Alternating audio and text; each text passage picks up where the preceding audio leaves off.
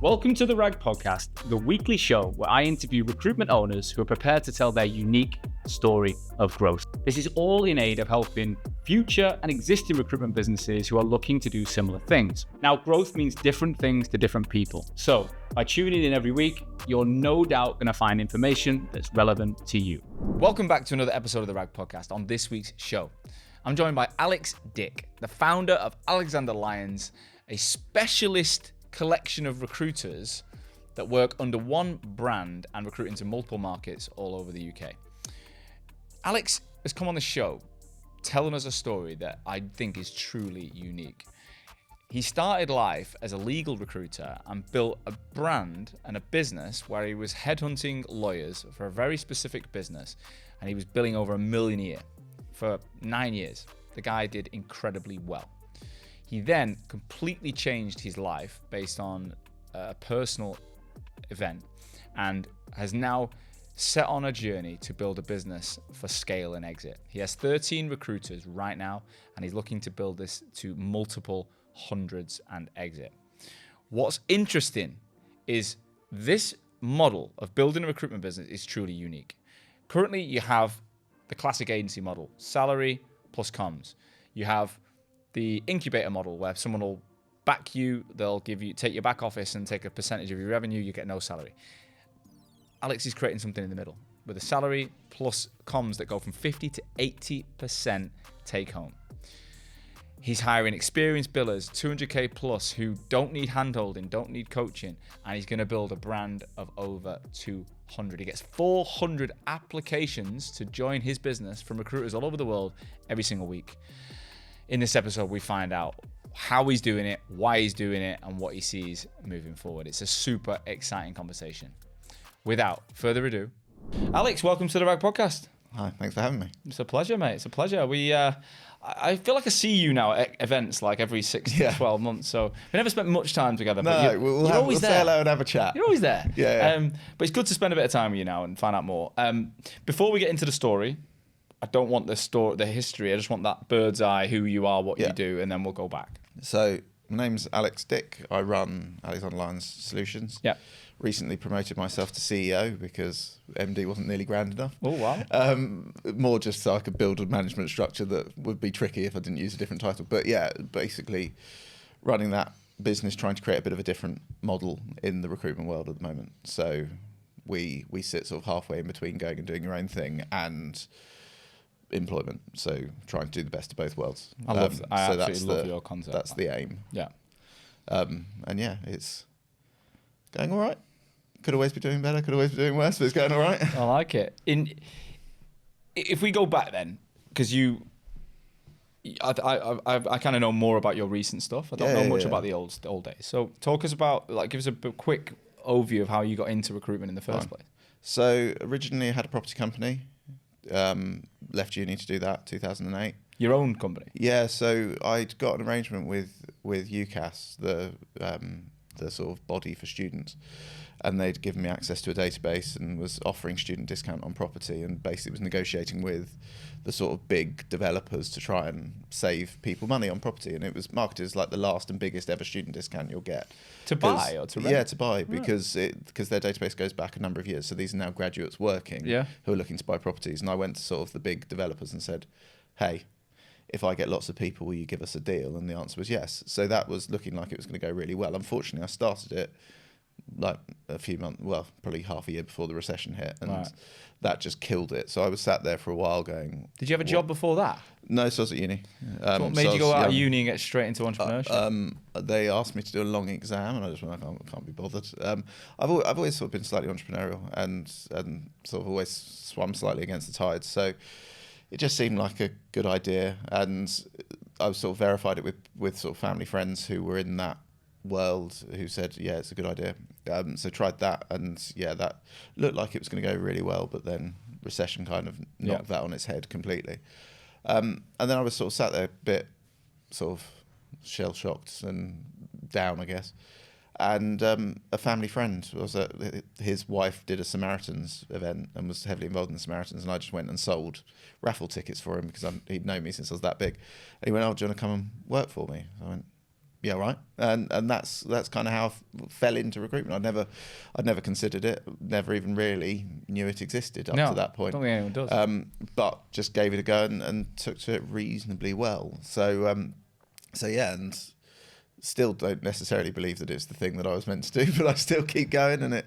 So when did you get into the legal space that you? So pretty early. Yeah. So the agency that I was working with was a specialist legal agency initially.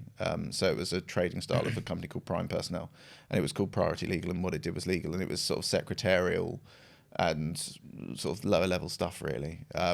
So sort of more junior roles or support staff. In law firms? In law firms, yeah. And then I started doing law cost draftsman, and then discovered legal consultancy, which was the thing that I've sort of carved my professional niche out of. So I discovered that pretty early on in the life cycle of those businesses coming into existence. And yeah, ran that stayed there for a little while, and then me and the owner had a pretty significant difference of opinion. So decided to go out on my own, and that's when ALS was formed. Where's the name come from? So you can't call a business anything with Dick in because spam filters aren't great. And Lyons is a so my family used to have a business that had the name Lyons in it, which was quite a large business. So I just took that. Right. So it's actually not a family name. It was one of the staff of that business that they took that name, because otherwise it'd be too Jewish sounding. Yeah. But yeah, I took that and ran with it, because calling it Alexander Dick Solutions or something just wouldn't really work. They think we're peddling something else. So what was that first business then? It was specifically headhunting lawyers. Yeah, so it was persuading lawyers to move. So I had one specific client that I basically went into business with, and they owned a chunk of the business with me, and it was to build that business, and my job was the growth of that business, and we did that very successfully. So sort of took it through. So you were almost like an internal function for that. Yeah, sort of. Yeah, but we were making it up as we were going, because it didn't exist as an industry really. And is that consulting law? Yeah. So it was placing lawyers who were partners or senior lawyers elsewhere, and moving them and their client base into more or less traditional environments. In fact, I think you know somebody who runs one of those firms. Mel, yeah. So yeah, Mel is a more modern incarnation, but there are businesses that have been doing that for decades now. Who's the Manchester brand? There's a few. Because I met my mate's wife works for. You're probably Laura talking Fisher. about Gunner Cook. Gunner Cook, yeah. I met I met Gunner, one of them, in for a coffee in Alderley Edge in lockdown. Oh, fine. Yeah, they're a nice bunch, really and nice. most of the people that run those firms are pretty nice, to be fair, because they've kind of looked at the standard partnership model and gone, "This ain't for me," and tried to do something that really puts the lawyers first. So what was your business then? It was you. Basically alongside, building that, like almost headhunting, but just for one client. Yeah, and building it fairly rapidly. So, so sort of if you fast forward to sort of 2020, which was when I started to move away from it, 1 month I did 27 partner level lawyers in 1 month. And that's nine years of work in one just space. building up. Yeah, just building up more and more. 27 partner level lawyers in 1 month. Yeah. What did you get paid? Is it just on... So I was getting a percentage of what they build. So for how long? Forever? It depends on the firm, but for that one it was from a year from first instruction. And so it was very lucrative. I'm not going to pretend it wasn't. What would an average fee, average year look like for you then? It well over $1 million per. Not per person. But what would one lawyer generally generate for you? Depends. Some of them very little. Some of them, like one guy came in and did 690,000 in his first year, and I got a reasonable chunk of that. So it's not bad. Good money. Have you got to keep an eye on them all? A bit like a contract recruiter, trying to check in. No, because I always concern myself with finding the next ones, because it was the business's job to keep them entertained. But you didn't get anything for when they joined? Did you get like a golden handshake? Not fee? With some firms we do. Not with that one. I just got across the year, and that was the interesting thing, because it prevented lots of other recruiters from wanting to do it, because they couldn't take that longer term view. Whereas I was going, right, I could have a small amount now. Well, of course, in legal it's still a big amount, but compared to what I was getting, a comparatively small amount. Or I can spread it over a year and have a large amount. And as long as I can put in volume, you just got to make sure that you have the good running thing. It like a temp book. But but without the guaranteed tempo, because they could build nothing and then you get nothing. but you could put in good people. Yeah, exactly. But that's the benefit of it, because it's mutually aligned interest, isn't it? And there's no actual. I mean, there is a bit of a repercussion if they don't work out, because obviously you did all that work for nothing. But yeah, but you're if you're doing there's no it at rebates scale, and things, is there? It's like no. Exactly. So at the end of literally the first day of the month, I would get a spreadsheet through of what they've all billed, and then my invoice would be a percentage of that, and it would typically be paid that day. So there wasn't any like waiting for money. You're doing $1 million a year. Yeah. So I think sort of my biggest ever month was about 190,000 in 1 month. What was your life like at that point? I spent a lot of money. so yeah, I bought watches. I have kept buying cars that I lost lots of money on. I was renting properties rather than buying, because I was young and thought that was the to-do thing. And just basically, were you like not a family man at that point or not? No. Well, in 2020 I was, but yeah, back. But in those 9 years, you were just in the earlier times. I was just enjoying my life, and I sort of had a spa membership of a nice spa, and would just. Where were you living? Go there a lot. So in a village called East Horsley, which is near Guildford. Right. And so yeah, evenings and weekends I'll just go to the spa and take random people with me and just enjoy my life. Yeah. And yeah, it was good fun, but yeah, when you have a family. Did you meet the lawyers, or was it all like? No, so originally, so up until COVID, we met absolutely everyone, and I was the person meeting them. So I would be going round, sort of. Well, sometimes I'd go around, or they would come to London. We had an office on Chancery Lane, or they'd come to the Guildford office, and I would meet them all. What I love about what you. It's kind of like it's almost like a little bit of a romantic view of recruitment. I think if I could go back into it, or if I ever went back into it, I like the thought of that just one audience all the time. Yeah. It's a bit like what we do it's now. Scalable. Yeah, it's not. I don't like the variety of like, I need to work on that job, and I've never done that job, and I'm not interested in that. I want a high volume of the same thing and just go. But the nice thing about it is so I effectively created that industry from a recruitment perspective, because it didn't exist. I was the first. And the nice thing about it is I could place an infinite number of lawyers. Yeah. As in there wasn't you can only do 10 a month. It's if I could find 1,000 in a month, which I can't, but conceptually, I could place 1,000 that month. Because the businesses weren't paying them either. Well, and they're not paying them. Of course, they have some costs of licensing and stuff like that. But if it's worth the punt, it's worth the punt, and they'll do it. And with certain businesses I work with, there isn't an interview process. I am the interview process. If I say, take this person, that person is on board. And you never worked in law yourself? No. Because that's a serial blagger. There is a bit of a thing in law, though, in terms of all the recruitment industries there are.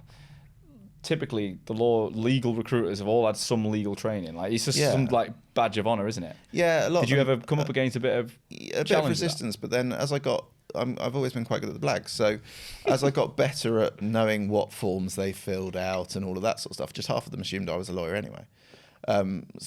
Because I could recite everything they do. Well. Yeah, I think that helps. Sound like you're not a lawyer. I don't sound like a lawyer. So I got away with it. Well, in fact, I know a number of very good lawyers who sound very similar to you. Really? But yeah, I think I just got away with it because I was confident in what I was doing, and I was also confident about the products I was selling. Yeah. And I think when you're confident about the product you're selling and you genuinely believe it's the future of legal services, which I did and do, actually it makes selling it that much easier. And so convincing people something that you're madly passionate about. Where did you get your candidate pool from back then? Was it just LinkedIn? Yeah, LinkedIn. We used to run quite silly ads. So in the Law Gazette, which is the sort of trade press of the legal world, most people are paying like $7,000 a page. I think I got it down to about 400 quid. And we used to put up ads like with an old beaten up Volvo going, you didn't train for 5 years to drive this. Yeah. And just stuff like that. And we would just get a lot of interest off the back of it. And then I would just speak to a load of people. You had such a clear like pain point to press on as well. Yeah, and the more you do it, the more you can understand what those pain points are. So you look at the profile of someone and you go, this is probably what's annoying them. So immediately you explain why what you're offering solves that issue. And it was very rare, and it still is very rare because I'm still doing that now. It's very rare that I don't guess right, because I've just had thousands and thousands and thousands of conversations. So the sort of mental data set is quite live.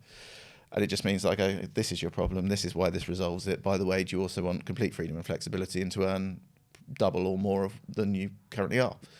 And most people say yes. There is a fear element, and some people drop out because of the fear element. But a lot of people sit there and go, I'm billing 200 grand, I'm paid 40, 50.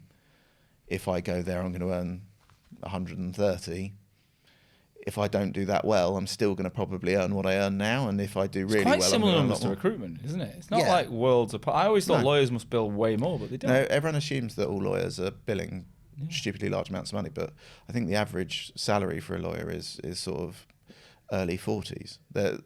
Everyone looks at sort of big ticket corporate work in American law firms where graduates, well, not graduates, sorry, newly qualified, are paid 150, 160 grand. Yeah, there's probably 10 firms that do that. Most firms will pay borderline minimum wage on a training contract and then pay very little.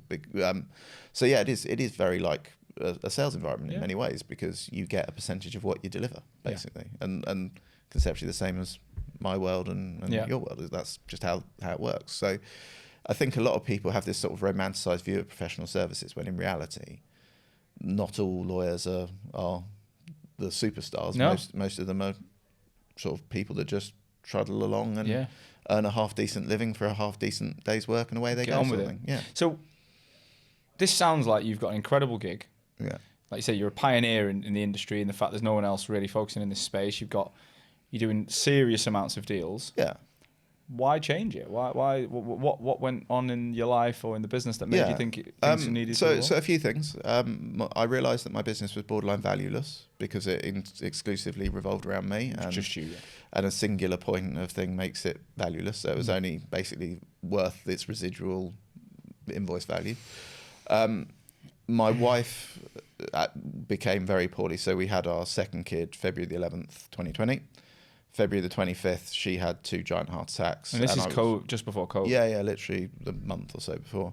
So she ended up in intensive care up in London at the Royal Brompton, and it was a pretty. And you've got a newborn time. baby. Yeah, so I, being honest, I kind of went into sort of panic mode because I was told she was going to die. So we basically handed off Theo, which is the baby, to my mother-in-law and my parents, who and my sister, who lived in our house sort of in shifts, and they looked after the kids. Because I had a, what would she have been, 3.5-year-old as well, Lily. And so I just went into like, right, I need to make sure Claudia's all right, because if she's not going to survive, I don't want her to be on her own. Yeah. So I moved up. I'm very fortunate that one of my best friends has a flat in Kensington, which is near the Royal Brompton, where she was housed or based. So I was just going to and from there, and it. In answer to why it changed my mentality, I realised life is short, because she was only 34, and literally 34 and 1 day. Her birthday is the 24th. What was the? So it was relaxing the hormone from the pregnancy. So there was no previous heart issues? No, she's skinny as, like no history of heart, anything. It was the relaxin basically caused the artery to open more and more and more, to the point that a crack formed in it, and because it comes out under such pressure from the heart, it forced itself into the crack and inflated it like a balloon. And it's called sudden coronary artery dissection, is what it is, and it just can happen. And she was very unlucky where it happened. So I don't know. But if it's was still it the case. birth that created it? Like No, it's the hormones, purely the hormones. So it's the same hormones every pregnant female has. But yeah, she was incredibly unfortunate where it happened, because nobody survives it. And so she's, at the point that she had it, she's the worst case in the entire world to have survived. As in, there's people that have had similar, but they've all died. But I think it's because she was in her sort of early to mid 30s, very fit, that carried her through. And if I believed in a higher power, some sort of miracle, I don't believe in a higher power, but conceptually. How did she recover? So it took a long time, because it happened a load more times. So she's got 5 stents now, and she's taking, I think, 17 pills a day now. But yeah, it was a trying time. I bet, yeah. So that's 5 years. Yeah, next month. Yeah, exactly, yeah. And touch wood, other than the occasional wobble, so she was at hospital on Friday just gone, because she just got dizzy and lightheaded. But for the most part, it's under control. The drugs are pretty miraculous. And she left the outside wall of her heart, the main chamber of her heart is dead, but you wouldn't know. Like if you met her, you would have no idea that she's poorly. But if, for example, the stairs we have out there, if you saw her go up them, you would realise that something ain't right. Like She'd have to go dead slow, would she? Well, she would probably have to stop halfway up that. She wouldn't be able to make it up that staircase. Like the little one that we came up, but I mean the big one, she wouldn't be able to make it to the top of that without sort of taking a break. Just have you had to put like a stair lift in or anything? No, we moved house. So we lived in a townhouse, and our bedroom was the top floor. So we sold that and moved to a different house. So that it's one floor, and she can do one floor fine, but it's just steep stairs. No, she ain't going to be running anything, like no marathons for her or anything like that. But she wouldn't have run a marathon beforehand, so it's not the end of the world. But like you say, so it changes your lens, though, right? So you said it made you realise life's short and what you care, what you focus on, what you want. Yeah. Did it change that value question around the business? Did it impact that in any way? Well, it made me think about it, and also the people who I'd made a lot of money for, who I built the business, they weren't overly supportive during that time, which shone a light on something as well. But it was more because you were funneling the people to someone else's business. Yeah, exactly. Right. So they'd become multimillionaires off of the back of effectively my efforts of growing it. And you would expect in that situation those people to go out of their way to sort of support you, but those two individuals have never met my son. Wow. And that's he's 5 in a week or two.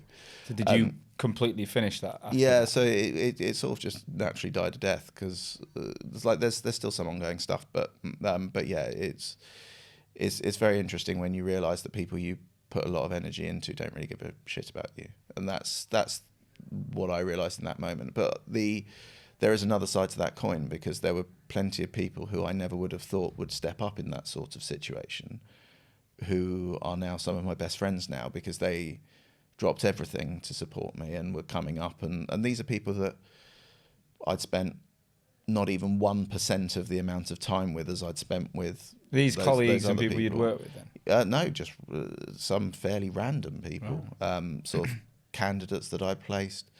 And when you're going through real shit time, I'm allowed to swear, aren't I? Yeah, okay. Yeah. When you're going through really shit times, you do sort of see the best and worst in people, and even down to like, I was going in a taxi because my car, well, it wasn't my car, it was the brand I buy from's car that was a loaner, got smashed and they nicked my coat, and so I was getting cabs because I parked it outside the hospital and somebody nicely broke into it and stole my coat. Love it. Welcome to London. Yeah.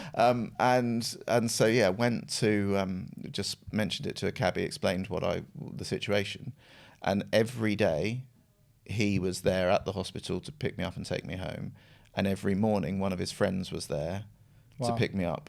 Without fail, didn't have to order the cab. They were there waiting for me.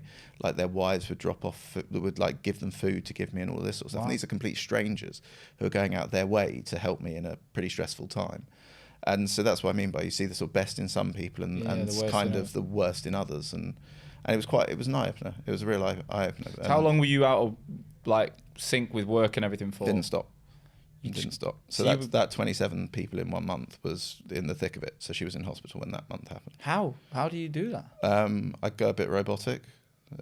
So I don't really have a fight or flight. I only have fight. So in that situation, I just went, what do I have to do? I have to keep the wheels from falling off. But as in, you go to the hospital, you see your wife. Yeah. You're like, right, I'll go to the cafe. I was sat there on my phone. I was just sat there texting. I was taking calls and all of that sort of stuff.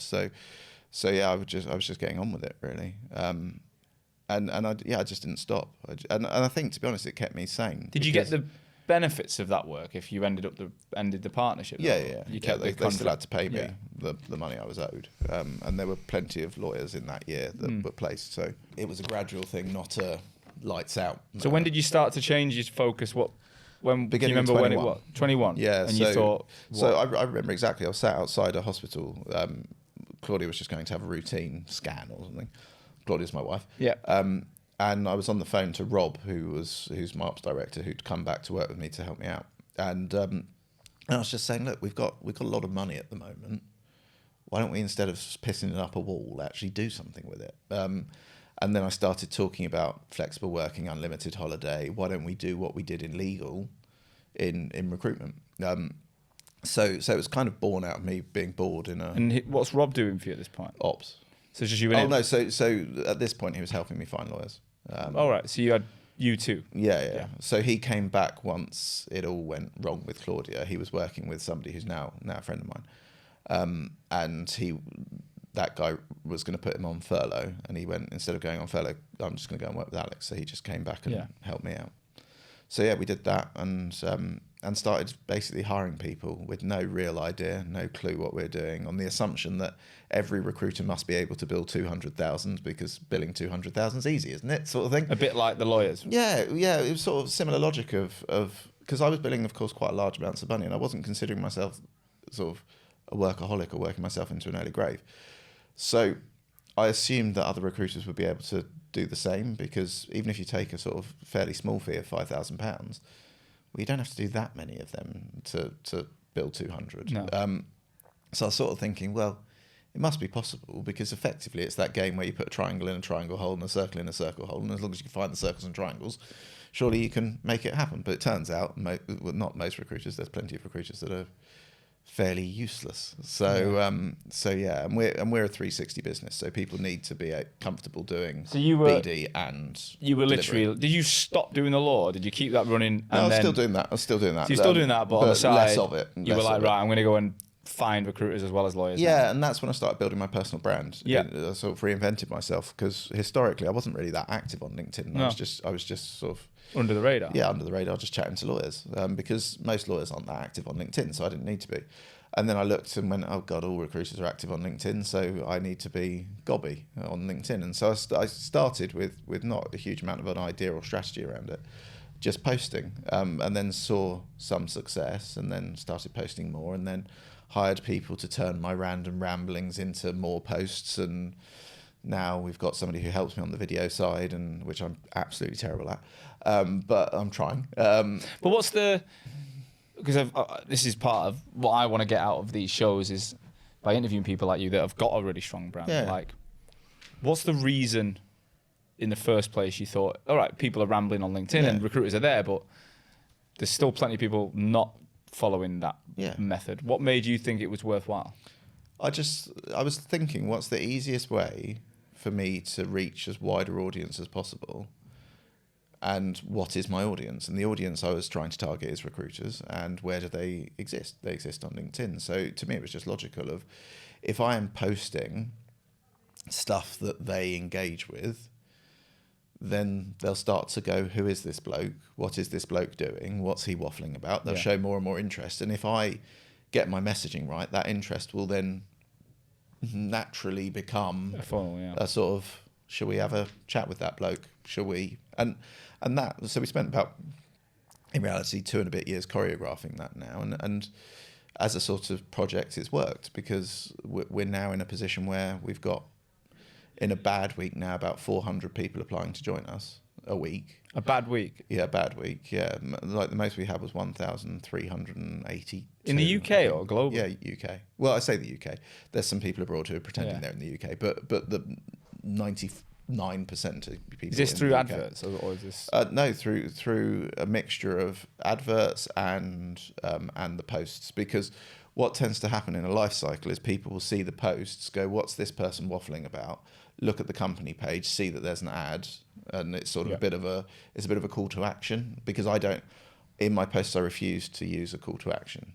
So I'll very occasionally say, if you want flexibility or you want to earn more, come and talk to us. But you're not doing transactional promotion. No, I'm not. I believe in posting to add value to the audience, not posting to just drive interest. Because you look at, there's so many people out there that put all of these posts out and then go, and join us. And it doesn't matter. They could be talking about the wildfires in LA. America, and then they'll go, join us at the end. Well, I say it literally, it's just tone deaf. It kills your sentiment. Oh, I always 100%. say, if you're going to do something entertaining about life, I always laugh about like the Gareth Southgate one. Yeah, where, like England gets kicked out of the Euros and it's like a picture of Southgate, and then it'll turn into how have you got a boss that's not Yeah, treating yeah. you right or whatever? And it's like, Well, oh, and for recruitment's fuck's sake, terrible just for it, because leave it's it. like, what lessons have we learned from Yeah. Trump getting re-elected? I It's know. like, oh, just fuck off. Just like, leave it. Just if Talk you about want to do a Trump. funny post about Trump, do a funny post I about know. Trump. That's fine, but don't try and But relate there is it a to what you're doing. misconception that people think every post has to come back to business, and it Yeah, doesn't. yeah. Well, and I would argue that probably 90% of the stuff you're doing shouldn't be, because if all you're posting about is like jobs, people are just not going to pay attention. Transaction. Yeah, Just transaction. and so yeah, we've done that, and look, it's gone so well that I'm doing some rec to rec stuff now. Not Good. So I say not personally, I keep getting drawn into it, but yeah, we've got a candidate base that You've got such a stream of people. Yeah. That you're like, well, we're not going to take you. Yeah, but- we can't take it. I'd love to be a billionaire and be able to take everyone, but we can't. So if there's people that are suitable for others, well, it makes sense to sort of help those people find something in a business that we believe is a good business, and make some money out of it at the same time. So that's something that I'm going to be growing this year. Exciting. So what is the proposition? Let's break it down. Like, why are people applying in their droves to come and work for you? We treat people like adults. We give them the flexibility on where they work, flexibility on hours, flexibility on holiday, and more earning potential. How do you quantify the more earning potential? Our commission structure starts at 50% and ends at 80%. So most people's are at like 15, 20%. So I interviewed a guy. 50% is a materially bigger number. I'll never forget a quote on the Rag podcast with a guy called Robin Dernicker that you know of him. Yeah. Zen Show, Yeah. Aussie guy, and he said to me, everyone in the industry thinks, what's the least amount I can pay someone Yeah. to keep them happy enough in it? Yeah. Whereas he was like, what's the most amount I can pay someone and still be profitable? That's And my it's logic. such a clever fucking way. Yeah, of because I would prefer to have 350 people that I'm earning a good amount out of, but not pillaging, yeah. instead of having 10 or 15 people because I'm doing the same as everyone else. But also, everyone else, in every other business where you're paying them a small salary plus big comms, at some point they're going to want to leave. Yeah. They're going to want to start their own. Yeah. Whereas in your business setup, if I'm taking 70% of what I'm billing, Yeah. Why would you leave? it's going to take a lot for me to go, well, I ain't going to take 70% of what I'm billing probably if I go on my own. And can you be bothered? Because if you're being rewarded to that extent, can you really be bothered? And so there's a degree of logic in exactly that. It's creating an environment that allows people to grow in it as well. That's important. I think creating environments that are solely money motivated has its limits. You need people to be able to carve their career that they want. So we've got a sort of standing rule of, if somebody wants to do something and they don't think we would do it, ask us, because they may well be surprised Like at the what? answer. Like build a team, go and do their own thing. Well, that's the move thing I was thinking. sectors. Let's say part of my questions, or what I don't fully understand, which I'm interested in, is like the brand bit. I guess it's like the law where you've got Gunnar Cook or whatever. Alexander Lyons is the brand. What goes underneath? Because would you take people that do any recruitment? So it becomes completely generalist. Within reason. So it's not generalist. That's the thing. That's the popular misconception. Everyone's Everyone's a niche. specialist. Yeah. So it's a series of specialists, not a generalist. Because as a business, we support recruiters. We don't offer recruitment services effectively. We do by necessity, because of course, as a business, you have to register to do something. But our job is bringing You're not in focused and on the supporting. clients at all, are you? No. Well, I say that. I was on a call at 8:30 last night to a client pitching retainers. So Right. so Is that helping one of your no, consultants? it's somebody we both know. So Right. they're in the rec tech space, and I supply them with devs. So I say the business supplies them with devs. So I am involved and I enjoy that part of it, and I don't think I'd ever step away from that bit of it. And I think it's good as an owner of a business to sort of demonstrate that you're not sort of sitting in an ivory tower. Yeah. Sort of just expecting everyone else to do things. So I'm still the top biller in the business by quite some margin. And it would take Recruiting what? Lawyers? well, no, I because I'm fortunate in the respect that I can play around and do different things. I for example, will do a bit of rec to rec just to see what it's like, because I have other people around me that are doing other things, so I can sort of just I use it as a bit of an experiment to see what markets are like and stuff like that. So when I'm speaking to say rec to recs and they're telling me that it's really tricky to make placements because it's impossible to find candidates, I'm like, well, let's test that hypothesis myself. And so I'll go through the candidates we've got and go, right, Would they be useful for somebody I know? Probably. There we go, sort of thing. So I think I've got quite an inquisitive mind, so I just quite enjoy trying something new. Not that I would say that's a good thing for recruiters to do, because pissing in the wind and hoping for the best. Yeah, you want to consistently do the same thing. But I'm fortunate in the respect that I've got to the point where the thing I do, if I've got good people, which I have being provided to me, I can place them quite easily with the people that I've. So what's the structure you've got around you that's bringing this funnel in now? So you got your content team. Yeah, so the content team and some resource support who help me. Literally phoning everyone. Yeah, screening them. Yeah, screening and. Do they all though ultimately still come to you? The lawyers do, yeah, and the recruiters to join us do. Do the recruiters come to you? Yeah, just because I don't want to lose touch with that. So I think there's 13 of us at the moment, and I'm in talks with 40 additional people at the moment currently.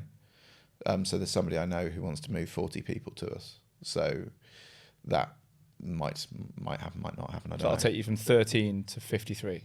Yeah, it's quite daunting. Yeah, but we're it's who knows if that will happen. But if not, there's a fair few people we're in discussions with. Because the nice thing about having a constant flow of people that want to join. That's what I mean, but if you've got 400 a month and you've only got 13 people, that suggests there's a majority aren't right. No, I kept hiring badly, is the honest truth. Hiring badly and. What were the symptoms of what you were getting wrong? I'm way too nice, so I just believe everyone. If they tell me they're going to do something, I'm like, yeah, fine, come on now. Great. So no, I went through a period of just accepting what people were saying was gospel, and recruiters can all interview well, right? No, you'd be surprised. Yeah. You'd be surprised. There are some that interview incredibly poorly, but a lot of them can talk the talk. Yeah, if they've been in the game. Yeah, but we now have ways of filtering that has made it a lot more efficient, and so the hit rate is quite good. But what I've held back on growing sort of since about midway through last year, because I realised we had the recipe, well, probably a bit before that, realised we had the recipe wrong, needed to correct the recipe and then build all of the infrastructure in the background, because for ages I was just running around doing everything, which is not healthy. So what we're doing now, and I say we, I'm in truth not massively involved, is putting all the proper processes in and rationalising everything, so there's a procedure for absolutely everything, so that if we did take on the 40, we wouldn't panic about it, because it's like, right, that's just 40 times we've got to do that. So let's go through the benchmark of what you're looking for, and then what you offer, because I think there's people listening that might be interested as well. So what's an ideal prospect look like for you? A 360 recruiter with a client base. So somebody who's been doing it for a while, somebody that would probably consider going and doing their own thing, but just doesn't want to. Because that's the thing, when you run your own business, you believe that everyone that's good wants to go and do their own thing. But the honest truth is, most people don't. Yeah. Of course, there are people who do, but most people, for any myriad of reasons, might be a young family, might be the stress of it, might not want to be doing their own tax return. It doesn't matter what the thing is. Yeah. But they're sat there going, I'm billing a lot of money. What is a lot of money? It's got to be over 200. Yeah. If it's below 200, our commission structure isn't that attractive. Yeah. So billing over 200, have a active client base that they can basically finish on a Friday, start with us on a Monday. What about non-compete stuff?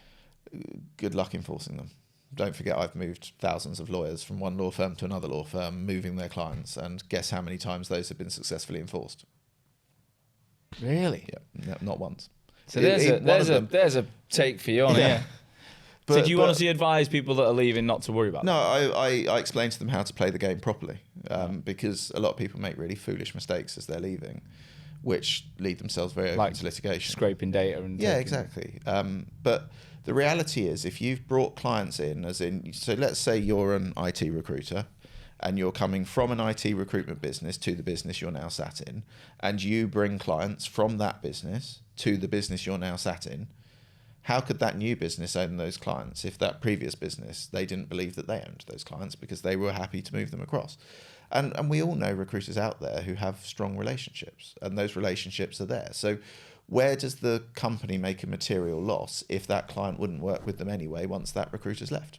They don't. So yeah, it's I'm sure there'll be people that say that there are ones that have been successfully enforced. What do you think about the notion that's, and I can't believe it still happens, but some recruitment businesses will make you give them your LinkedIn when you leave. Like they'll make you hand in your logins. You can't. It's personal profile. I thought that was something you can't enforce, even if they've Yeah, paid for it. but you do it out of fear. But they don't. That's the distinction. If you're paying for a recruiter, they own that data anyway.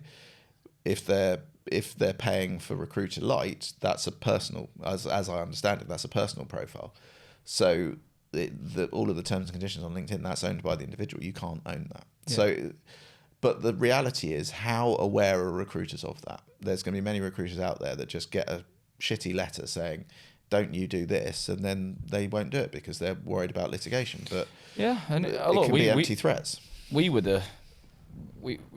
didn't even do the same business in the end, but the first 6 months we were set for not speaking to anyone we knew and going out, and a lot of businesses do. And in some ways it's not a bad thing because people build a new client base and then they get their old one back. Yeah, and you get double bubble. But for you want that security because are they coming in with a small salary or some form of salary? Yeah, there is a salary. Yeah.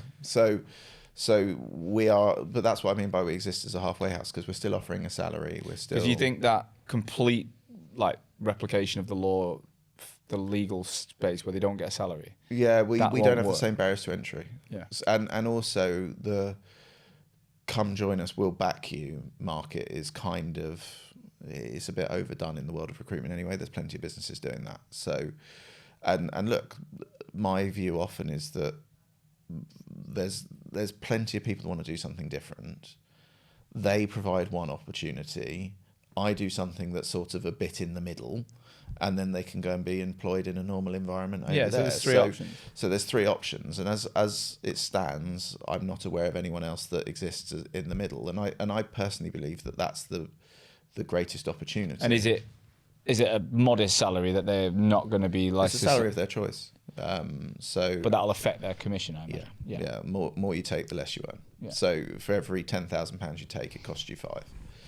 A message from today's episode sponsor, Untapped. Untapped are the market leader and go-to agency for finding and hiring elite offshore talent into the UK, US and Australian-based recruitment agency market. Now, I don't partner with sponsors I don't believe in myself, and Untapped are someone I've personally used to build the team at Hoxo, and it's been a game changer. No one else we've worked with can compete with both the quality of the network and the time to hire, and the impact they've had on our business has been insane. From hiring, from consulting, from advice, they're a premium team that you can trust, and you're guaranteed to access a network of top-tier international talent that could be right for your business. Look, they interview over 3,000 candidates and put them through a 4-stage interview online every single month, and they only represent the top 1%. So you're going to get a thorough service at speed. So if you're looking at international hiring where you're looking at getting up to 70% less in terms of cost for equivalent UK member of staff in both recruitment and back office roles, then it's a complete no-brainer. All right, you're going to love it. So they are currently showing a waiting list for their next cohort of hiring, and it's almost full. If you'd like to join the waiting list, then click on the link in the show notes and take it from there. Good luck. So if I say, well, I want 60k. Yeah. Talk me through the strategy. How would my earning potential then rack it up? So you would have a threshold related to that. So you'd have quite a high threshold. So if you were billing 200, you wouldn't see much in the way of commission. No. But in truth, I'm targeting people who are looking to do more than 2 or 3 times their salary. Because I believe in having wiggle room. Because a lot of people overstate their ability. So I believe that we shouldn't just target a 3 times as the sort of gold standard. I think if you are commission hungry, you should be targeting quite a higher multiple than 3 times. And most recruitment businesses, if you speak to rec to recs, are looking for a far higher than, say, 3 times multiple. But let's say I do $500,000 in billings. Oh, you'd do very well out of us. But I want 60k salary. You would do very well. Can you work it out quickly what I'd get? No, I'm terrible at maths, but you would be well over half that. Right. So you'd be doing very well out of us, and that's the thing. It's like I spoke to a £1 million, well, in fact, over £1 million biller recently, and we've got a threshold, and he was saying, "Oh, I don't like a threshold," and I was looking, going, "You would earn £800,000 more with us, like." Who gives a shit about a threshold? And he goes, yeah, but that's people that have thresholds aren't backing their people. I'm like, I'm paying you £800,000 more than your existing business. How is that not backing you? If he lives somewhere where that would probably be 4 houses, it's like, I'm buying you Is that 4 guy houses. coming? I don't think he backs himself. I think the honest truth is that a lot of his billing is tied to his business because it was all very much. I'm worried, and I'm going. If you're up there, why are you worried about a number that's like less than 10% of what you're doing? Like Was he contract recruiter as well? No, perm. Wow, that's a lot in perm. Big fees. Yeah, but that's the thing. There are a lot of people doing big fees in perm because if you get into a good senior niche, you're laughing. But yeah, there's a lot of people who are not. But I'm not a contract. Well, I say I'm not a contract recruiter. Kind of the legal stuff I was doing was borderline contract. It was borderline contract. But yeah, I'm a perm recruiter by trade. I don't really understand the world of contract. Quite honestly, I don't understand it. I find it quite terrifying. The idea of paying lots of money out before I've had any money in is slightly terrifying to me. I mean, there's ways you can outsource that and factor it and stuff. But all I ever did was contract recruitment. And well, I think a lot of very successful recruiters do. Yeah, I kind of never understood perm. I was like, why would you? But I treated it like contract, so I did the same I treated pace. contract like perm, whereas I was really thorough. Yeah. I was still fast. Yeah. But I was really thorough, like very more thorough. Like, I think there's a combination. If you're too slow, you're going to struggle in perm, and if you can speed up a perm consultant or you can detail out a contract consultant, you've got some really cool people. But for me, it was like I get paid ongoing for one deal. So like I'd do a deal that the guy would be running 4 years later. Yeah. I'm still getting paid. Yeah, but I think there's also a benefit if you chuck somebody in and you get 60 grand instantly, and that's a bit of a buzz, isn't it? Yeah, 100%. Yeah, I never had that. Like way more people play the Euro Millions than play the let's have 10 grand a month for the next 30 years. Yeah, what's it called? The Rich for life. Set for life. The thing is, I look at that and I do go, yeah, 10 grand a month would be nice, but could I have the lifestyle I want for 10 grand a month? No. And yeah, I don't know. But if you layering contract deals in, and they're coming back, like I was doing 700 grand from 35, 40 heads, and I could come in on day one of the month knowing it was there. Be chilled, and there is definitely it was good. I mean, it was, but then you're managing a ship that's constantly changing, and you'd be getting emails out the fucking blue about people leaving, and like, do you know that guy just shit in the middle of the room? You need to replace him yesterday. Not at the level I was at, but I remember once this guy had just a fucking raging argument and just walked out, and that was bang. And he was about an 800 quid a day contractor. We were making about 350 on it, and to think he did it petulantly, he just had an argument. And he was about 6 weeks into a contract that was big, and he took ages to find on a contract. And I was like, why? I didn't consider that. That was a bad call. Yeah, unfortunately. So will we end up with the contract side of the business? Of course we will. Yeah.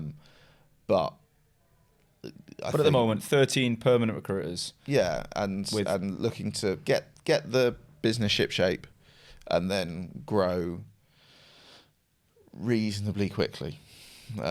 So sort of take on a few a month fairly consistently over. You need a decent balance sheet for that from a salary perspective, don't you? Yeah, but if people are coming in and they're motoring quite quickly, your risk exposure is quite short. So yeah, it's not as bad as you would imagine. If we took the 40 on at once, that's big meaty an abomination of a situation. But financially,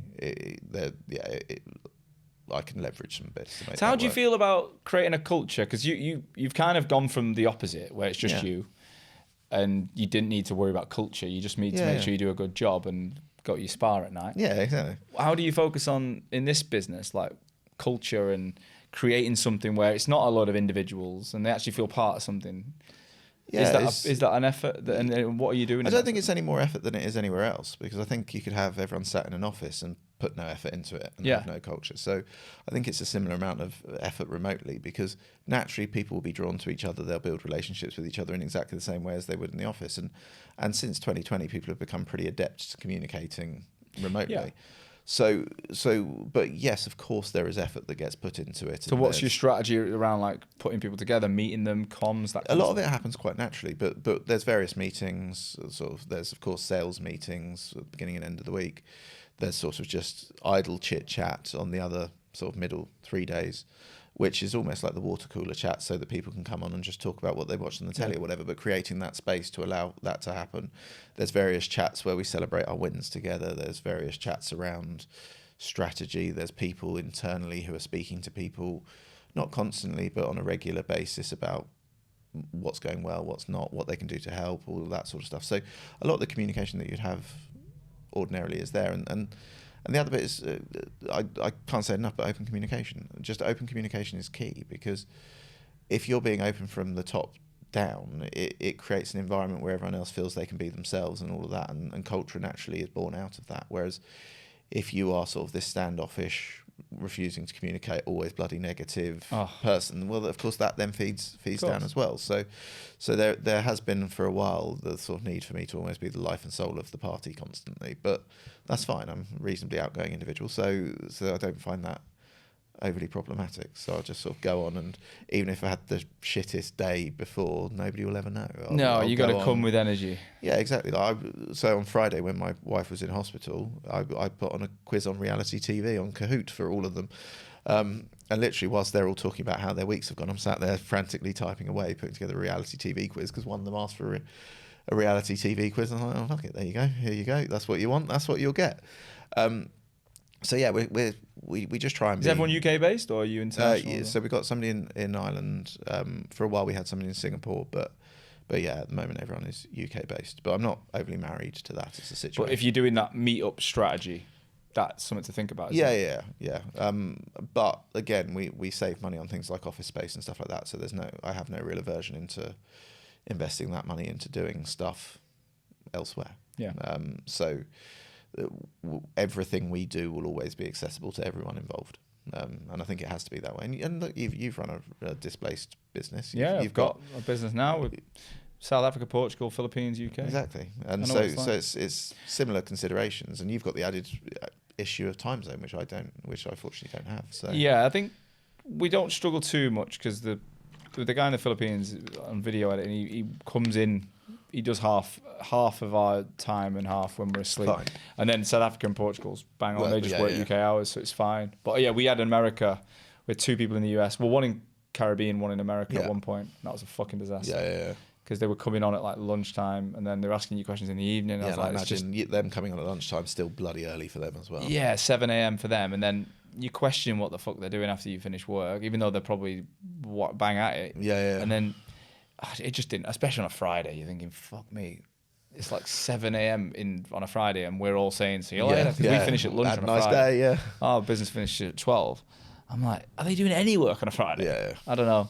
But, so how many times a year would you have like a physical meetup? So what we're aiming for, we've actually been talking about it recently, is something happening every month, and then 2 biggies where everyone's there. Big conferences, yeah. Yeah, so they'll never be called conferences because that's way too wanky. But yeah, big get-togethers. There's no real formality in the stuff we do, just because I'm a very informal person. So it'll be some sort of get-together that probably is similar to a child's birthday party in the sorts of stuff we do, like laser questing and crazy golf. Actually, have you ever been to Glory Hole in Nottingham?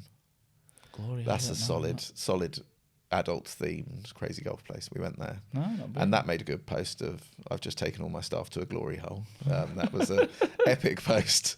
So yeah, we just try and have fun when we're together, because I think that time is the bonding time now. The work bit is sort of done. So in the plan, we will have a base camp somewhere in the Midlands, most likely, which will be our sort of get-together hub. But now you've got, so if I look at your business, you've got a really cool front end, you market in your personal brand, you've got that funnel coming in. You've got the people around you to help you create that and qualify that, which is good. You're then the ultimate decision maker on if they come in or not. Yeah. And then you've got what's around you for the people that are actually working. Is there like an operational training, L&D, any of that in support? Yeah, a bit of it. Yeah. So we've got a platform that we use for learning and development. And there's various platforms we use to assist them in their day-to-day But again, life. the nature of the people you're bringing in, it's not as big a thing, is it? They're senior. So actually, they're you're not sat wiping there. asses. You're not. No, exactly. God, And that's the thing. If we've had many people that came in probably at a point where they did need their asses wiped, and it didn't work for obvious reasons. Yeah, I was going to say that. What are the, without naming names, like what are the things that have happened? Oh, we've had all sorts. We've Give me some examples without naming. We've had people with multiple jobs who's somebody that you know who it is. Oh, I'll tell you after tell me this who offline it is. Because so they came into work for you when they were working for someone else? Yeah, 2 other businesses, yeah. They were doing an RPO and they were working for another business. And they told me that I knew about the RPO because they said that they turned them down to join us.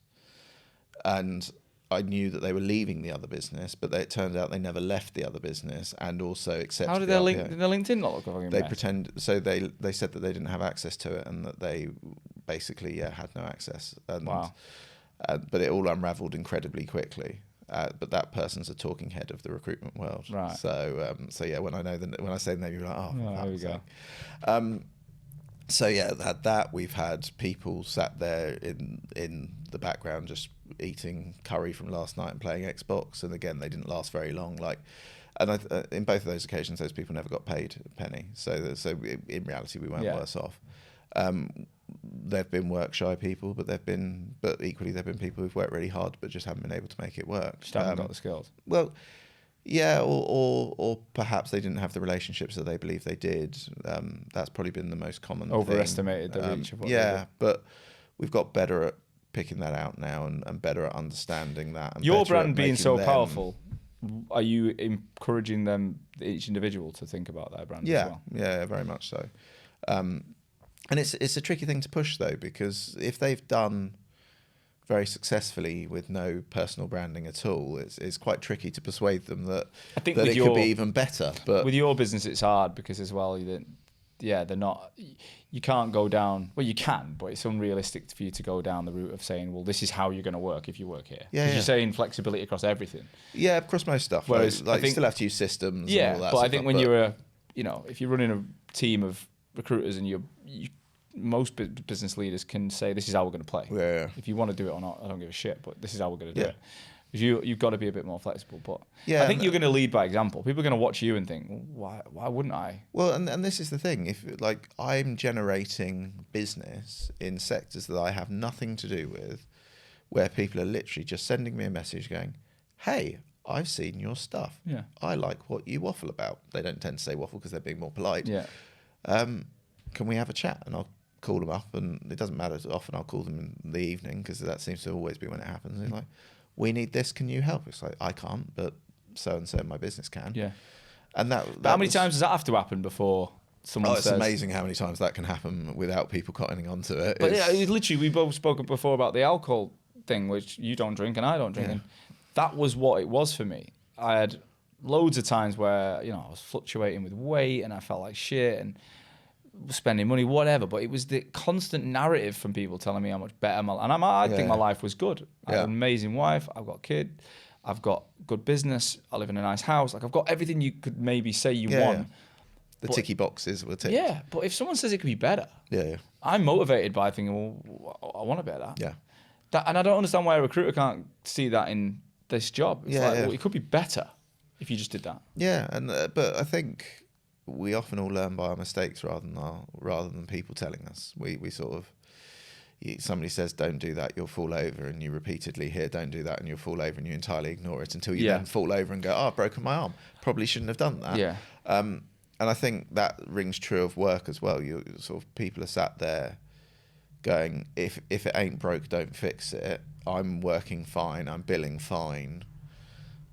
And look, is that a bad mentality? Possibly not. I think if everyone was driven and working 16-hour days, we'd have way more burnout than we have. So I think there is a balance to it, but I do believe that if you see somebody doing something quite successfully, there is no harm in trying it. No, and we said it before, I think me and you are probably quite similar, that we can naturally share our life. We're not scared to say things, whereas that doesn't come natural to everyone. Yeah, you just got to stop caring what people think. Yeah. I genuinely do not care if people think I'm marvellous or an idiot. I'll come out with whatever I come out with, and if you agree with me, great, we'll talk about it. If you disagree with me, great, we'll talk about it. But if people are hammering you in the comments, does it not affect you at all? Couldn't care less. No. Couldn't care less. Doesn't touch your... No, because if they don't have my mobile number, and my proper one, so actually the one you called is my proper one. If they don't have that, then they don't matter.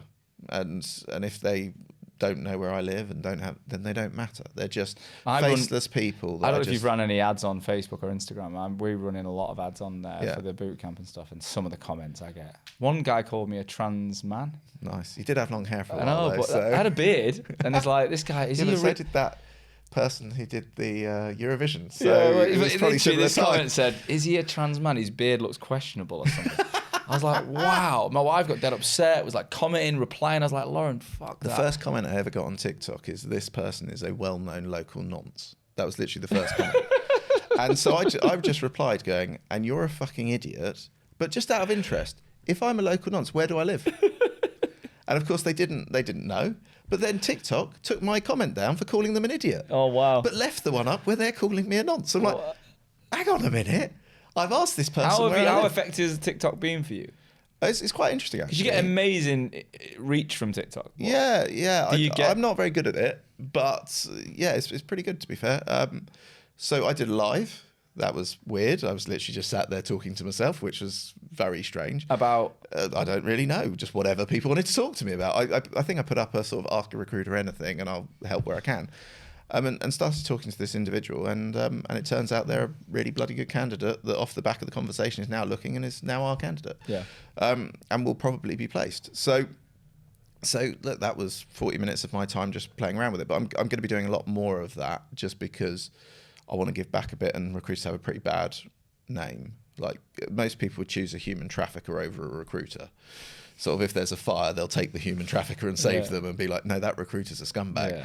So yeah, I think I'm going to be doing a bit of that and try and sort of help people out with LinkedIn profiles, help people out with CVs, help people out with just general public. just general people. And look, if something positive comes from it, great. And if it doesn't, then so be it. But part of my mission statement is to sort of shine a positive light on recruitment, because I think as an industry we're fucking ginormous, doing massively positive things for the world, but yet viewed like scumbags. And so I think there needs to be a narrative around the positives. Yeah, and the trouble is, a lot of the people whose names are in the spotlight in recruitment don't necessarily have the best reputation. So that only predicates that negative slant on it, whereas it needs people who don't have that negative tarnish to sort of stand up and shine the light on themselves and say, look, actually some of us are here to help, and some of us do actually give a shit. And actually, as a profession, yes, there are scumbags, but there's scumbags in every profession. Like that's just nature of life. Everyone, every single profession. So yeah, I completely concur with that. In terms of talking about the honesty, and like you talked about your wife's illness, like one of the big moments I think from last year, I think it was last year that I remember was your post. Yeah, it was. Like, post we're only about just this year, aren't we? Yeah, So. your post about being diagnosed with skin cancer. It was like, it was a bolt from the blue for me. I remember reading it and feeling like really emotional. It was like, wow. Not so much, well, the news is incredible. You know, you're a young, seemingly fit, healthy guy, and you're telling us you've got cancer, but it was the way you said it, and it was the confidence of just putting it out there. Yeah, and I think you said, I'm sick of, I don't want to have one-on-one chats with everyone. Yeah, so. just here you go. Ta-da. Yeah, so like, talk us through what happened and your mindset. I was struggling with it, to be honest, because I went in, so I had a red dot under my man boob, so there. And I thought, that's a bit weird. I'm not massively moly, but my family are moly. So I was like, well, I know what moles look like. That's not a mole. So I went in, had it checked, and they were like, don't know, go see a consultant. So I went and saw a consultant, and they're like, nah, that's just a load of capillaries that have come out or whatever. Don't worry about that. And then started pointing at moles that I'd had that are just there, like that look like normal moles. And I was like, well, there can't be anything wrong with them. And then they're like, well, yeah, no, sorry, that's not what a mole should look like. Were they too dark or something? Or? No, they would look like normal moles to me, but it looked a bit like an ice cube that had been left and sort of not that it was raised, it wasn't, but sort of the shape of it was slightly ununiform. Yeah. Non-uniform, whatever. Yeah, it just wasn't a circle or a square or whatever. It just had sort of jaggedy bits, and yes, they went, that one needs to be removed. That one needs to be removed, and so I had 2 removed on my chest in March, I think. And then, had another one removed on my foot where they didn't get it all, so I had to have that removed again, which was just before the last expo, so I wasn't meant to be walking. But I was like, okay, I'm going to walk. I'm not going to... Have you had to do any treatment as part of the operation? No, we're still scooping. So there's one on my back. It's going to need to still be done. There's one on my leg that's going to need to be done. and a few others, and then there's various ones that I've been told to sort of take a picture every month and see if there's a change, and then those will have to be dealt with. Can you develop new moles now, or is it just So it's not like they're just the existing ones. Yeah, so like where so just before Christmas, where one of them has been removed, a new like tiny pigmentation change happened on the outside of the scar, like literally on the very edge of the scar. So I'm like, oh fuck's sake, they clearly didn't get it all, which it turns out it's a completely new one that just happens to be, but we're talking less than a millimetre, but it's just the sight of it was pretty daunting. Are you now like consciously thinking about it every day? Yeah, it's I'm very conscious of it. My wife's very conscious of it, because of course there's areas of my body that I just simply can't see. So yeah, it's monitored now, and I've seen 2 different consultants, and both of them have said, look, this is your future. Unfortunately, I sat in the sun, so like I've said to you before, when I was a kid, the view was that if you're tanned, you can't get skin cancer. You don't need suntan lotion because you're tanned and you're not burning, but you are burning. Your skin is still being damaged, and skin cancer doesn't care about your skin color or anything like that. If you're being damaged by the sun, you're being damaged by the sun. And actually, my godfather, who is Ethiopian, he's had it. So I think it's, the more I've researched, it's about just having really short periods in the sun and staying out of it. Yeah, well, and protect yourself. Yeah. So now the only thing I wear is Factor 50. If it's massively clouded over, I probably won't bother if I'm not going to be outside much. But even in the UK, you'll wear it? Yeah. Now it's just Factor 50, because I've had the gun pointed at my head now, so I'm not going to voluntarily put that gun at my head. I've got a young family, and I want to spend as much time with them as possible. And if I've got issues that are there, I might as well not exacerbate those issues. So, but I used to be out in the sun permanently. So on a hot day, I'd be sat out. The furniture, like when I was working in the law firm, I would be out in shorts and a t-shirt in the business, out in the garden with all of the staff sending me messages going, "You fucker, how come you can be outside?" It's like, so that was how I was. So yeah, now that is not my life anymore. So the suntanned version of you is no longer. Well, look, you still get a tan with Factor 50. So I'll still. I just don't really sit in it much anymore. Like I used to think that was part of the holiday. Yeah. And now I'm like we went to Dubai recently with work and the boardroom, and I think I'd have like a 10-minute blast of being out, and then I'd sit in the shade. And I was like, it's actually a really nice day. Yeah. Instead of sitting there dripping. Yeah, sitting there dripping, cooking yourself. Thinking it was like, and actually, it didn't make any difference. So no, exactly. So I used to basically be a sun worshipper. Same. And yeah, now I just couldn't care less. I think again is with age, I've just got more comfortable with how I look. So I just don't really care if I'm tanned or not, and I don't really care if I look a bit scraggly or not. Like, I am who I am. If people like me, cool. So how's that? Don't. You mentioned like that pivotal moment with your wife and changing your work focus. Yeah. Has this had any impact there as well? It's kind of made me double down on it. So it's again sort of reaffirmed that life is potentially shorter than perhaps you imagine. So I'm 39 as of a few weeks ago. And yeah, I just sort of sit there and go, right, well, I really need to achieve my goals by a certain point, because then that puts my kids at a certain age, which allows me to then do X, Y, and Z. How old are your kids now? 8 and will be 5 2 weeks time. So 8 and 5. Yeah, 8 and 4, but nearly 5. Yeah. So I'm 39 this year as well in August, and I've got an 11 and 10-year-old stepkids. Yeah. And then I've got the baby. Yeah. So I've got the complete. I'm missing the age you're at is what I don't. Yeah, you've got the middle. I don't see it, but it's a lovely age. They're both little shits, but they're also amazing. Yeah. So you have moments. When where I moved like, in with mine, we were 8 and 6, and I didn't appreciate it. I'll be really honest. I loved them instantly, but I found it really difficult. I found the transition of going from living on my own with a dog to suddenly having 2 dogs, 2 kids, just the responsibility of it. It was just really a new world. Yeah, it was really hard. And a year before that, I was living in London with an ex who I was getting divorced from, and I've just gone. It was just a nuts 2 years. From 2020 to 2022, my life was fucking weird. But now I'm like, I love the age they're at, and I can't wait to see my baby. I don't want to rush anything. She's phenomenal at the age she is, but I'm excited for those years where she knows what's going on, but she's still really innocent. Well, just make sure you enjoy them, because that's part of the reason why I do what I do, is because with my daughter, I was working so hard that I missed a lot of stuff. Your eldest one? Yeah. Oh, so is it a son and daughter? Yeah. Yeah. So daughter's the older, son Theo's so Lily is the 8-year-old, Theo's the 4-year-old, and yeah, there was so much that I missed. Like she used to say, "Oh, when's Daddy going back to work?" And it's like, "Where's Daddy live at work?" and all of this sort of shit. Which at the time I just joked off, but sort of laughed off. But looking back, it's like I miss so much. And now, of course, COVID helped with that because I was sat in a house with him growing up. But it's enabled me to see so much more of his life and appreciate so much more of it and all of that sort of stuff. And I would you could offer me a job where I'm paid £5 million a year to work somewhere else, and I'd tell you to fuck off. Yeah. Like I would prefer to be bankrupt and enjoy time with them than have £5 million a year and be somewhere else. And everyone goes, "Oh, the life that you can buy them and all this sort of shit." It's like, if I'm not in it, what's the point? Yeah. Like I haven't had kids to not spend time with them. How much time are you away from home then? I was leaving sort of before they were awake and getting home after she was asleep. What about nowadays? How often are you away? I'm the expo pretty much. Yeah. Like I'll go away for a couple of days for the expo. Well, I'm away. Like I came yesterday morning, going home tomorrow night. Yeah. And for me, it's big. Like it's a big thing. Well, I don't want to do that I've too done Manchester often. and back in a day. Yeah. Just because I don't want to Yeah. stay up. Yeah. So I don't mind. Again, the benefit of not drinking, I don't really mind driving. So if I'm driving at 2:00 in the morning, I don't really. When did you care. stop drinking then? What's the story? I was young. So I've from the age of 13, I had a bad stomach, and two things. My stomach was not improved by drinking, as in I was just ill all the time. Yeah. And like ill that is slightly dilapidating for life. Yeah.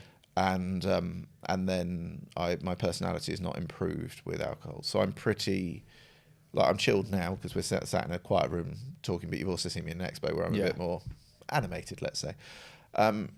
That sort of alcohol added to that makes me kind of more obnoxious than I already am. So rather than going down that route, I prefer being in control at all times. Yeah. And So what age were you when you stopped? so I was at university. Right. So quite young, but Was that back then? How did people respond to that? I just told everyone I was Muslim. just stop people asking questions. I was like, "Why don't you drink?" "I'm Muslim." "Okay, fine." Like nobody asks any more questions. But yeah, and genuinely, that's how I used to deal with it at university. Just tell people I was Muslim, and they're like, "Fine." Wow. But yeah, I just my friends just always used to laugh because I just became the designated driver, and we used to do stupid stuff. So I've got a quite unusual friend group, and we would borrow cars from an embassy because of one of my friend's dads was a diplomat. And we would sort of go, right, how quick can we get to Bath, for example? And there was a milkshake shop that was 24 hours a day in Bath. And we'd be like, right, we finished a night out in London.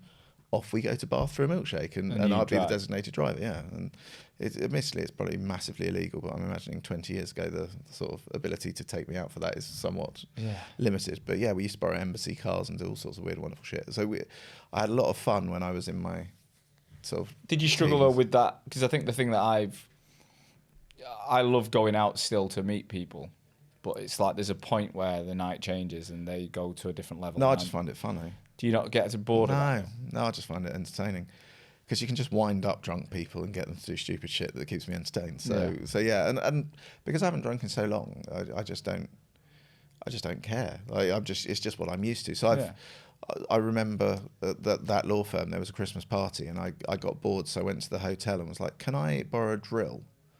And they're going, "Well, why do you need a drill?" I'm like, "We've got an ice bar. I want to turn it into a vodka luge." And out comes this sort of this long drill. This was where that spa was, so they knew me. So I was like, "Yeah, okay, you can have a drill." So I'm drilling a hole in this ice bar and then getting people to do random competitions and all this sort of stuff just to amuse myself. And this is with sort of 300 plus lawyers. The first one, there's a planning lawyer who's very straight. Like just the most sensible guy you'll ever meet, and drilled that hole, and because of course I didn't know what I was doing, it sort of ended up coming straight out from the underneath of this massive bar, and he's like, "I'll do the first one. What do you want?" "Jägermeister." So he's there in a white suit with his head under this bar. You just pouring Jäger for it. Just went all over him, and he's like, "Another," and I'm thinking, "Yep, this party's going the right way." So I've just always been a bit of an instigator. So you get involved, as much as you can. Yeah, and I don't really care if people are drunk. I think you just get used to it. So I've been on many stag do's and stuff where it's just funny watching what people do when they're drunk that they think is a good idea. I went on a stag do I was the only non-police officer. Everyone on it was a police officer. Really? And they were Drunk fucking coppers? wild. I was in Abroad, Amsterdam, and they were just next level nuts because, of course, they see some pretty fucked up stuff in their working lives. So their version of normal is like nuts. And yeah, watching these police officers go wild was just honestly one of the most entertaining experiences of my life. I'm just sat there going, and you're responsible for our safety? How is this the case? I just get to a point where I think I'm genuinely a morning person anyway. Yeah. So if I look at I always say to my kids, I'm like your iPhone battery. Yeah. I wake up on 100, I'm buzzing. By like 8 p.m, I'm flashing red, and I'm not got much left. You had that with a load of drunk people, and I can keep that going. So at the expo in Birmingham, I'm still out at 2, 3 in the morning, just talking random shit to people because I just like chatting shit. So I'll just talk crap about whatever subject somebody wants to talk about. So, I get out of it. Yeah. I get out of it. No, I've a social battery, which is what people keep describing it to me. I think I've got a very large social battery, and I'll go to sleep, wake up a few hours later, and be fine. I don't tend to get that sort of... You're morning, like up early and... Yeah, so I'm up at sort of 6, half 6 every day, sometimes 4, sometimes 5, and not like glorified. I'm up at 4 doing cold plunges, none of that shit. I'm lying in bed questioning my life as to why the fuck I'm up at this time. But yeah, I have a routine. I've got a touch of the tism, so my morning routine has to stay exactly the same. Otherwise, I start the day off weird and I can't deal with it. So, really? So yeah, I do exactly the same thing every morning in exactly the same pattern. Same minutes and stuff? No, not same minutes, but like weird shit. Like if I wash myself in a pattern, if I get that pattern wrong, I have to start again. Otherwise, I can't deal with it.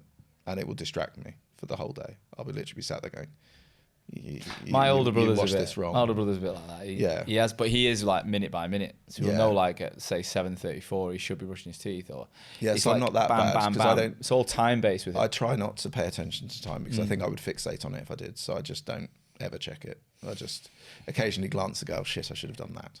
So yeah, I'm not too bad at that. But yeah, I've always been a bit unusual mentally. So yeah, I just rock out to my own. Just lean into it. Exactly. So, final question, looking at the future then. So you've got 13 people. There's a potential 43 or whatever coming in, which sounds a bit bonkers. But trust me, it was like 2 weeks ago somebody approached me and said, if I bring this, they're doing this. Would you be up for it? I'm like, guess so, yeah. So regardless of whether that does or not come off, because it's mega. Yeah. What is the future plan? Is it to build something to exit? Is that what you want to do? So that's that. Yeah, I think to exit. Yeah, that's sort of the thing, the aim. So it sort of get to well into the hundreds of recruiters, and then target a fairly lucrative exit is the. But you're not in a rush. Goal. No, I'm not old enough to rush. So, do I want to still be doing it in 10 years' time? No. But do I have to do it in 3 years? No. I think I'll do it at the pace it naturally happens. The more good people we have, the more cash we have to reinvest. The more cash we have to reinvest, the quicker the pace can be. So, but I'm not. If you'd asked me this 2 years ago, I'd be like, well, I need to be at 50 by the end of the year. Now I don't care. Yeah. I don't care whether the number of people goes up. I don't care whether the number of people goes down. We're at a stage where we're formalizing all of the processes and all of that sort of stuff, and then I will turn my mind to growth at that point. But we're trying new ways of motivating people, new ways of sort of. I started this year with the phrase that I said to everyone is, "This is the year of accountability," and that includes me. So we're sort of leaning very heavily into accountability this year. So yeah, and I'm trying to build out the senior leadership team at the moment with other sort of people who add value with sort of different skill sets, who've potentially been CEOs of quite large recruitment businesses or whatever, who are interested in what we're doing and want to come along for the ride, because there are quite a few people who are interested in coming on the journey, because they're thinking if they're getting 400 people a week who are saying they want to join, that kind of means there's something there. Yeah. And then they're all wondering why I'm not just saying yes to everyone, but it's like, well, can't afford it. Yeah. And also if we don't the cost attached, but also if we don't get the procedures and processes and everything right in the background, we'll just at some point run headfirst into a wall. You're built on weak foundations. Yeah, exactly. So it's strengthen the foundations now with a view to growing. So sort out tech stack, sort out all of that sort of stuff. So that's all happening now with a view to then going for it, and the R2R side is something that I'm looking to build as of end of this month as well. That will likely be under a different brand. And yeah, just sort of start to grow. Would you get someone in to manage that? I've already got someone. Yeah. So that individual's joining. Yeah. Well, they're actually technically already joined, but they're joining formally in a couple of weeks. And you're excited to say their non-compete doesn't exist? No, they're not doing rec to rec at the moment. They're doing right. something else. So they're an ops director of quite a large business at the moment. Cool. So yeah, I'm excited about that. I'm excited about growing the business. But I don't want to run before I can walk, because I've done that a few times in the life cycle of the last few years. I've sort of sprinted thinking I had my shit together, and then realizing that there was a big hole in something, and then having to reverse and So this time it's build foundations, bring in the right skill sets, because I'm not the best ops guy or anything like that. I'm a salesman. So get the people in who know what they're doing in that front, get all of that dealt with by people who know what they're doing, and then allow me to go and run and do that bit. But I feel like I've said this on every episode I've recorded recently. It's like, if you're the CEO, the founder, oftentimes there's probably 20% of your job that you're fucking really good at. Yeah. That if you flipped it and did 80% of your time, the business would be exponentially better. And you'll find other people are better at those things that you're trying to be good at. And I'm the literally same. what I've been doing. I was trying to do 100%, and I was probably doing 95% badly. Yeah. And now I'm leaning into the 5% that I enjoy, that I'm good at, and letting the 95% that I'm shite at be done by other people. Yeah, and that's pretty similar. My mantra for the year is do less better. Yeah.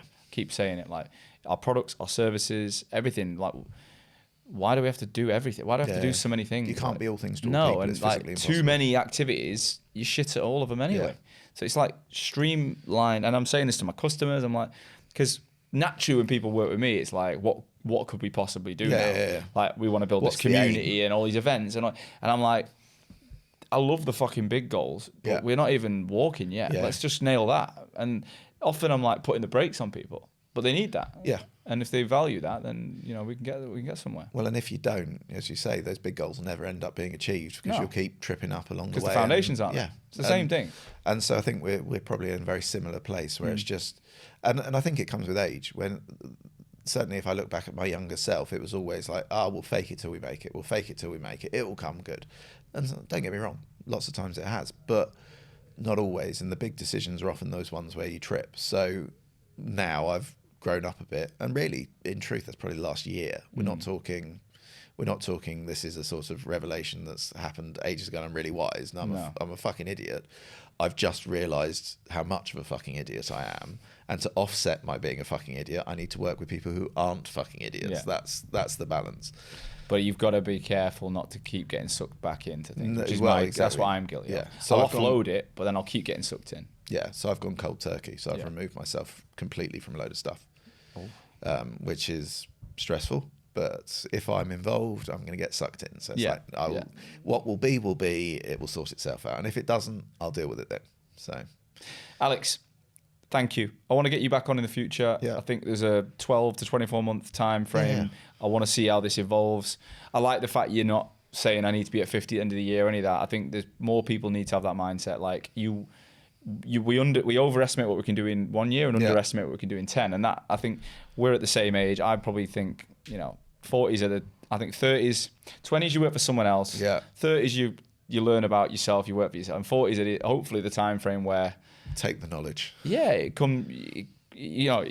it's like your health. I think your 40s, everything can go one way or the other. Yeah. You can go on the downward spiral, or you can go up. And I've got faith that you're going to go that way. Well, I'm yeah. excited for you. Fingers crossed. Thanks, mate. Appreciate it. Yeah. Thank you for having me. Top man. Thank you as always for listening to today's show.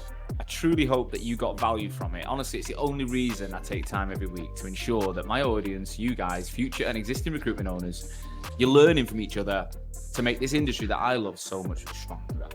And today's episode is brought to you by my business, Hoxo. I'm the CEO and founder, and we're on a mission to help brand recruitment agencies and their people better. I want to help people have the tools to stand out in the most competitive markets in the world. So I'll see you again next week with another episode. Catch you soon.